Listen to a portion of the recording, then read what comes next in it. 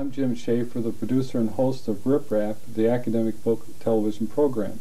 My guests today are Robert and Michelle Root Bernstein, who are here to discuss their book, Sparks of Genius, the 13 Thinking Tools of the World's Most Creative People. Welcome to Rip Rap. Robert, I must say this must be an example of how two authors must have had a lot of fun in preparing and writing a book.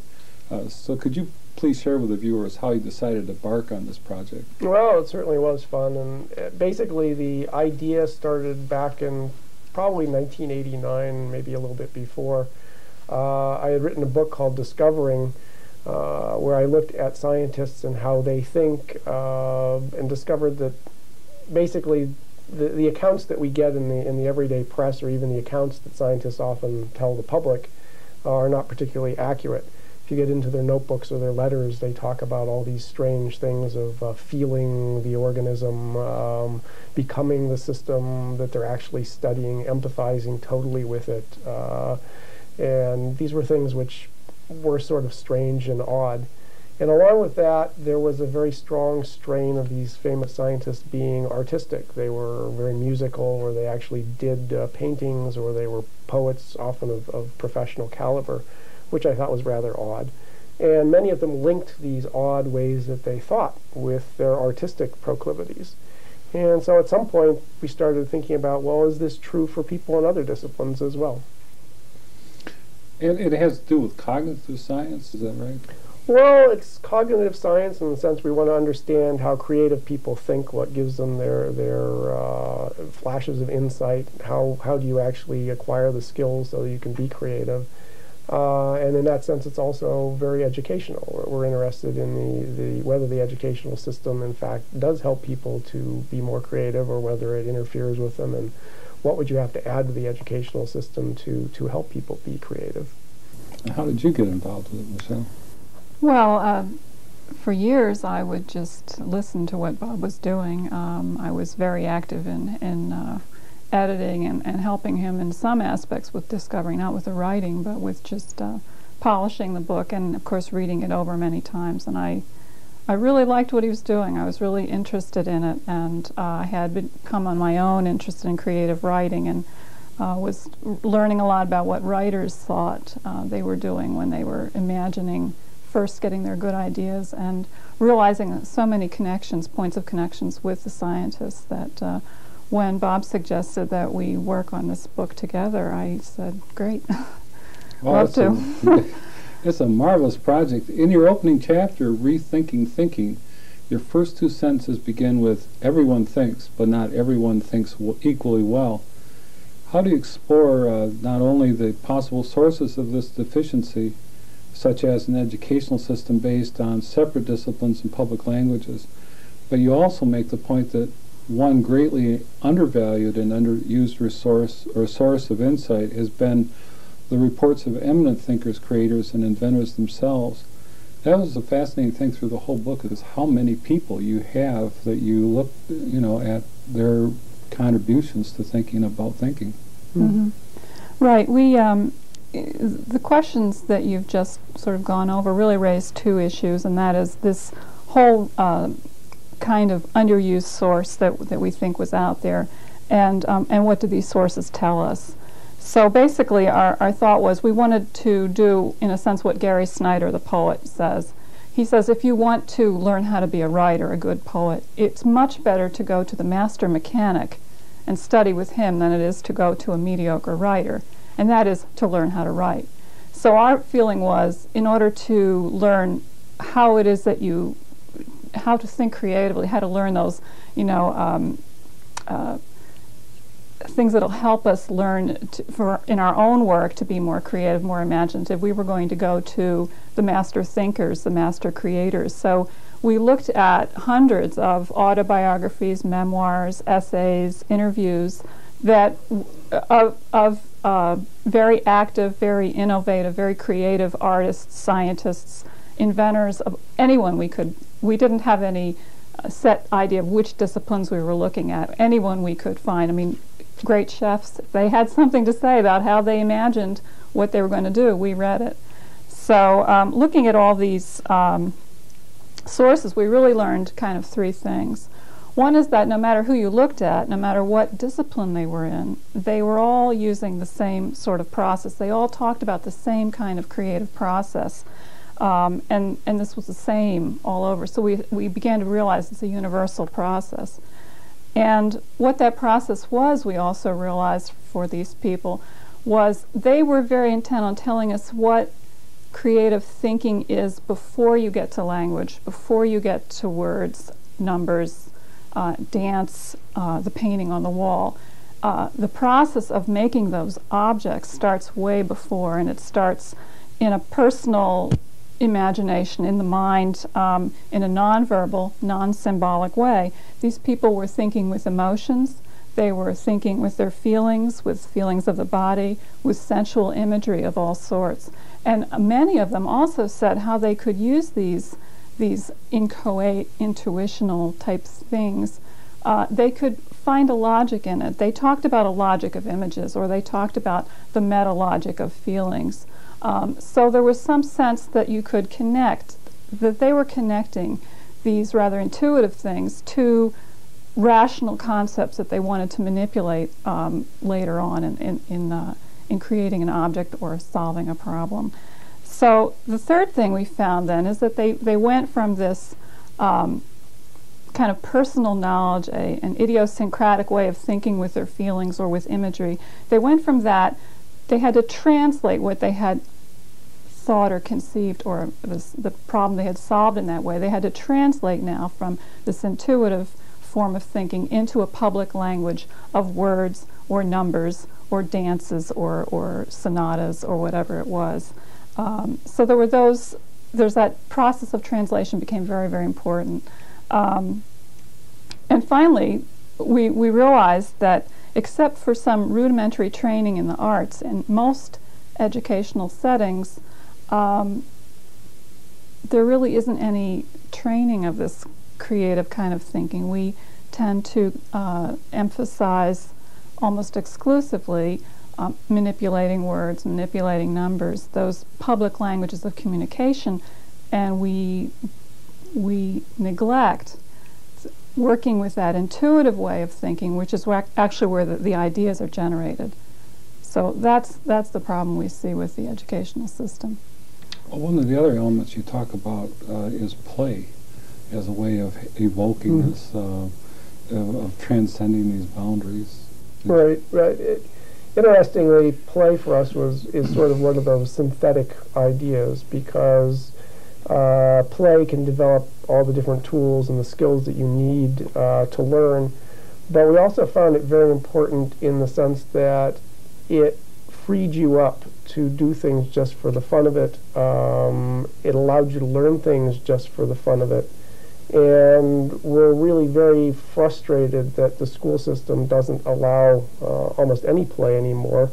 We have such crammed curricula that every minute is filled up, and every minute that does free up, they fill with another subject at this point. But we found that many creative people said that, oddly enough, rather than working 14 or 18 hours a day, they would actually, when they got frustrated and couldn't come up with a good idea, they'd stop working. They'd go on vacation. They'd just go home and do something else. They'd take a walk. They'd, whatever it is, and play with a hobby. And then they'd get the insight. So it wasn't more work. It was, in fact, less work. And I actually did a study starting with the Discovering book I mentioned earlier, where something like 60 or 70% of scientists' major ideas don't occur in the lab, they occur somewhere else. A lot of them when you're waking up in the morning, in the shower, all the classic things everybody hears about, but it's really true. Well, you had that classic story about Alexander Fleming, who I guess was notorious for playing both jokes and words and all that kind of thing. Yeah, Fleming was a wonderful example. He gets a Nobel Prize for discovering penicillin, and of course you all expect that, he's sitting there actively working and trying very hard to find this kind of thing. Certainly at the back of his mind, when you look at his notebooks, he had made notes that we need something that's going to cure people from the inside, not from the outside, and so he had a problem which he knew about. but his style was totally play. The stories about him are that he would play any game with anybody almost any time, snookers, dice.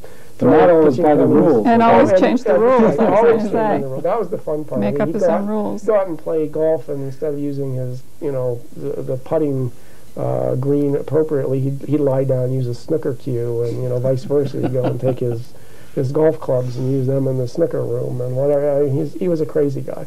And he actually said that this was his style when he walked into the laboratory as well. He said it's fun to play, it's fun to break the rules when you know what you're doing. I mean, that's critical. You have to know which rules you're breaking and why. And then you see if something unexpected comes up.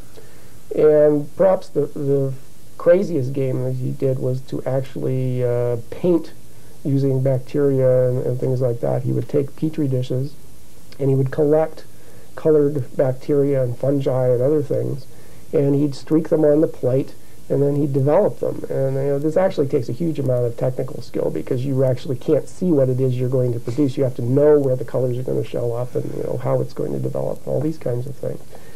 And this gave him an excuse to collect the things like the penicillium mold, which just happened to fall on the plate and kills off the bacteria. Well, he's looking for that, but not for the reason that we know, not because it's an antibiotic, because it's colored and it's interesting and it's different. And because he's used to putting these fungi and bacteria together and seeing what happens, he does it. And he gets a big surprise, and we're lucky we get penicillin. Anyway, this turned out to be typical. Michelle did a lot of work on Alexander Calder. Mm-hmm. Yeah, Calder was another good example of well, of course, in his case, an artist, well, trained actually in engineering initially, who just played all the time. I mean, that was, again, his whole attitude towards life seemed to be very playful, break the rules. And he did seem very similar to Fleming, because apparently in his studio, he would fiddle all the time with wire, metals, whatever he was working with, but he would never throw anything away, just like Fleming. Never throw anything away. Something might happen.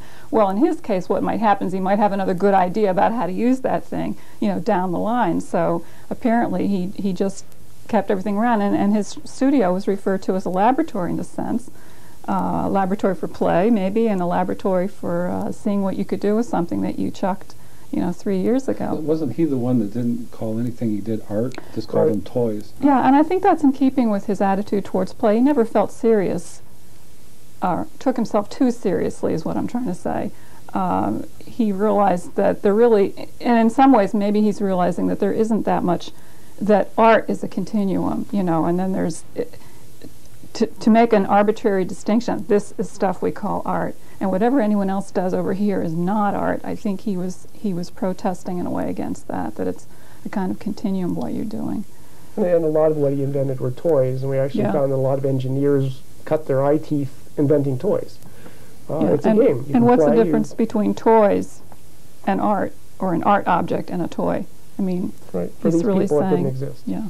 Well, one of his toys is in Grand Rapids, Michigan, with its huge Calder sculpture. It was quite a large size. Sure. But that same point that you've been making, the artificial dividing up of knowledge and of disciplines and everything, is something that we've sort of been cursed with, I guess, in a way, instead of looking at it as a transdisciplinary project of thinking and reacting.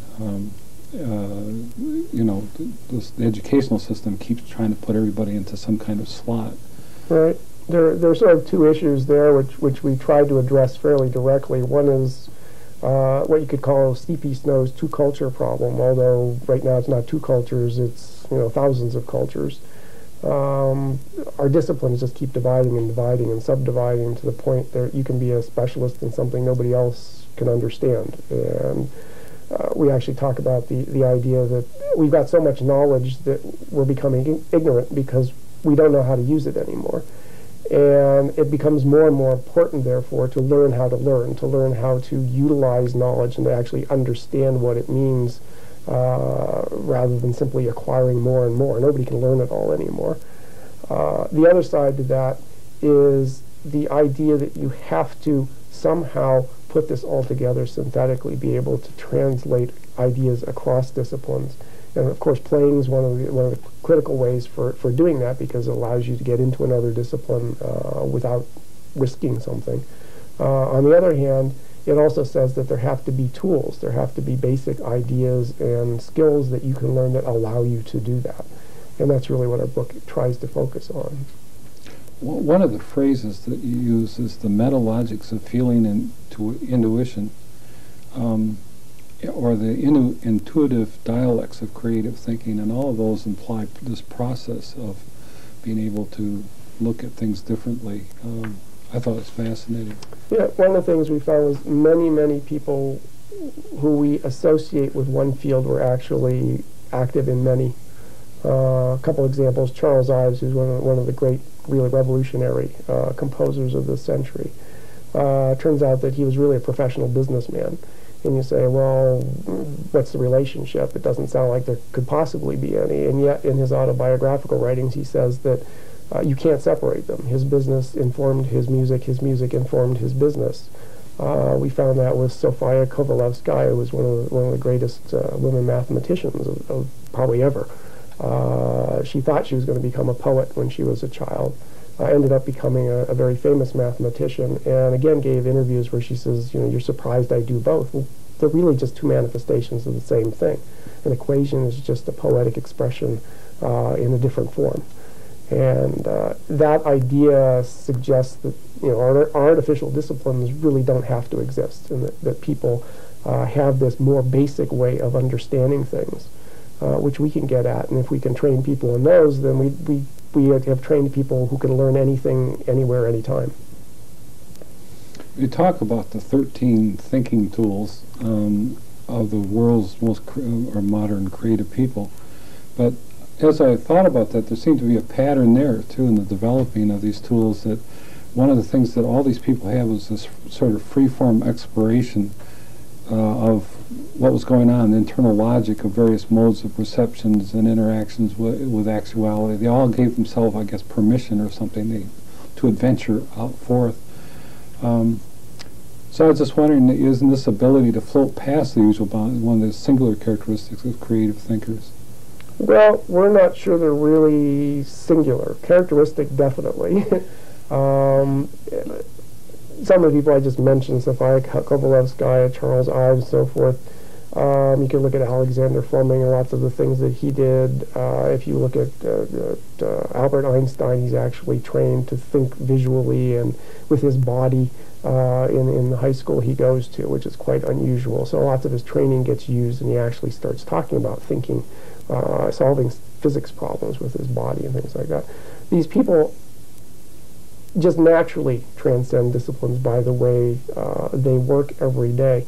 To say that they're singular, I think, is a mistake, however, and that's sort of critical to the argument of our book, because what we are saying is that anybody can learn to do this.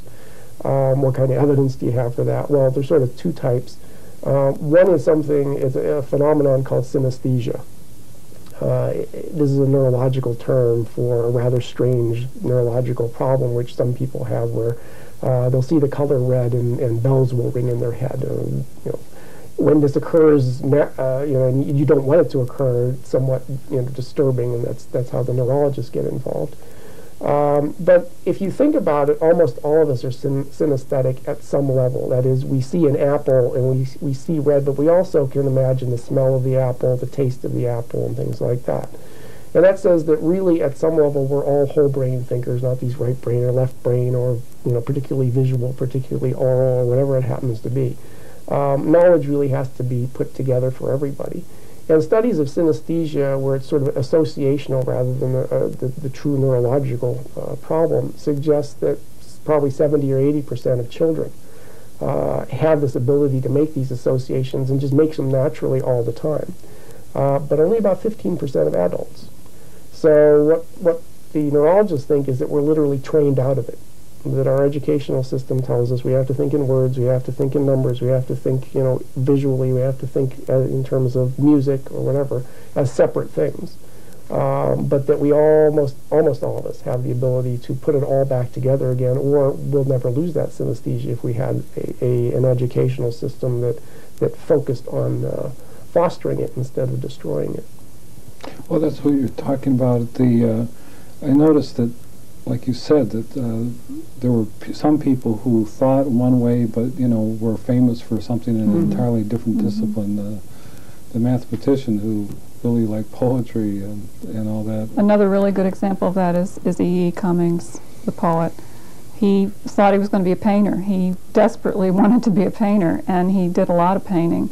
And it wasn't until he decided to begin translating, if you will, what he was trying to do in paint into words that he really began working in a genre that people said, wow, his painting was not that interesting to painters at the time, but his poetry was very interesting because the ideas that he translated into the way he was going to construct, he constructed his words in a very painterly fashion, if you will. And when he did that, he did something that was very, very innovative, and people appreciated and looked to his poetry for his great contribution, not to his painting. The other aspect I think that's really important to emphasize here is the idea that when you look at these things in many different ways and come at them both intuitionally and through your body as well as analytically and through words and things like that, you end up with a synthetic type of knowledge. We actually call it Symmosia because there doesn't seem to really be a name here, where you're putting things together in totally new, completely holistic ways. And a very interesting example is a guy named James Lighthill, who's a provost at University College London, who's an applied mathematician. He's worked in probably every area. He's gotten into linguistics and history, and you can apply math almost anywhere you want to. His really favorite area, however, is aerodynamics and fluid dynamics, and he swims. And he says that when he looks at an equation, it's not just a set of numbers, it's not a graph, it's the feel of the water, and it's the excitement of being in the water with other animals, and it's all these other things that come together for him, so that he has an appreciation and an understanding that is much deeper than a person who simply solves differential equations or something like that. One of the things implied in your book, or not implied, so it's pretty stated, is how can people who are interested in becoming more synthetic, what can they do in order to get used to this style of thinking and reacting? Well, there's lots of things you can do. One thing we suggest in literally every chapter are sets of exercises. Some of them are simply things that we found were kind of fun to play around with because, again, play is so important.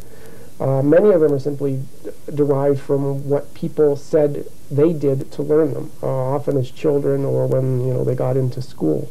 The first thing I think is just to learn the basic tools. I mean, we tend not to talk about analogies in classrooms. We tend not to focus on all the different patterns that can be out there. We don't learn how to observe very well. We don't use our bodies. All of us, and some of the most famous philosophers and mathematicians have said they know they have a problem when they get this, pain in their gut, or, they're uncomfortable when they're talking to someone or something like that. And they literally can use those feelings to set the problem up, to remember the problem later on. If they want to bring up that particular problem, they remember the set of feelings they had when they were thinking about it, and that brings the problem up in a form which they can then start working with. So a lot of it is simply paying attention and working on developing skills that right now we literally, because we're so word and math oriented, tell people to ignore. Well, and there is that one part at the end of your book with tools, or internet and the whole list of things that people can take a look at, books and the Minds on Resources. Yeah, right. You talk a little bit about that, Michelle, that list. Well, Bob actually put the list together. Basically, it's that list really wasn't very hard to put together because it was the materials that we used to a large extent, whether for adults or for children. It was fun to put together, the things for children because they're all out there. I mean, they're as simple as books. There's that wonderful book called Spilt Milk for children.